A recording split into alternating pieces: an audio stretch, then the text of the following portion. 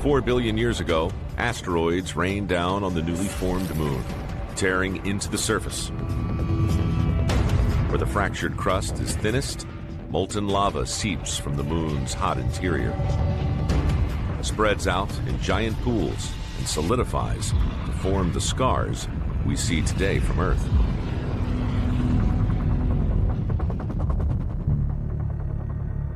And strangely, although the moon rotates, the Earth's gravity holds on to it so tightly, the same face points towards us at all times, making the features on the far side of the moon a complete mystery. For all of history, the far side of the moon was invisible to the Earth. It's the back side. You can't see it. In 1959, Soviet spacecraft Lunar 3 flies past the moon's far side and photographs it for the first time. Astronomers expect to see the familiar dark and light patches. They were in for a big surprise. When scientists saw the pictures, they were shocked. The far side looked completely different than the near side. It's saturated with craters. It just was such a huge dichotomy. Nobody was expecting that at all. The far side still had massive impact craters, but it was uniformly pale. It seemed like no dark lava had bled out onto the surface at all. But why? The only solution we could come up with is there's a difference in thickness between the crust of the near side and the crust of the far side. But the backside must be so thick that lavas are not able to come up through them and erupt out onto the surface. Instead, on the front side, where it's very thin, lavas can easily come up through cracks and flow out onto the surface. Recent NASA missions confirm the crust on the back of the moon is around 30 miles thicker than the crust on the front.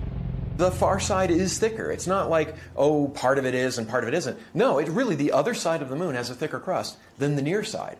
That's bizarre. So one of the biggest mysteries in planetary science over the last about 50 years is, why is the crust of the far side so thick?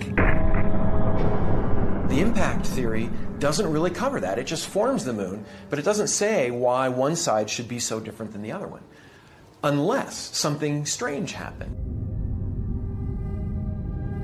The new age of supercomputers brings about the first credible explanation. The impact of Theia could have made two moons, not one. And this double birth might also explain our double-sided moon. According to the theory, 4.5 billion years ago, there are two moons in the night sky. The smaller moon chases its larger sibling, gradually getting closer. Eventually, the two moons mush together in slow motion.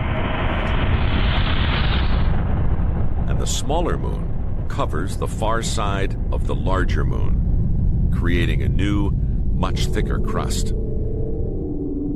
Not all impacts are high-speed, super violent events that eject material everywhere. Instead of just wham, smacking into it, it would have just merged with it, just been pulled apart and smeared out over the moon.